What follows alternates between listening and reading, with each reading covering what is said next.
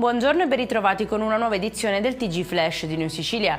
In apertura inizia la conta dei danni a seguito della forte ondata di maltempo che si sta abbattendo in Sicilia.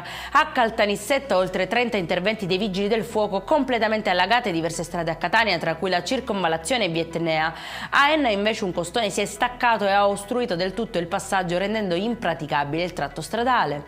Si invaghisce di una ragazza nonostante non ci fosse mai stata una relazione tra loro e la perseguita insieme al fidanzato per circa 2 anni. È finito così in manette un 33enne a Gela. L'episodio culminante si è verificato quando in preda all'ira lo stalker ha sferrato un pugno contro il finestrino posteriore dell'auto in cui viaggiava la coppia, frantumandolo.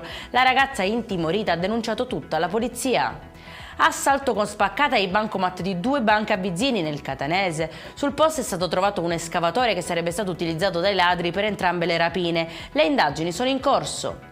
Scoperta casa dello spaccio nel quartiere catanese di San Cristoforo. Finisce in carcere un 34enne che aveva creato nella sua abitazione una base logistica per il confezionamento della droga e la successiva vendita. Aveva predisposto anche un sofisticato sistema di videosorveglianza esterna e monitoraggio interno comodamente dalla camera da letto grazie a un monitor.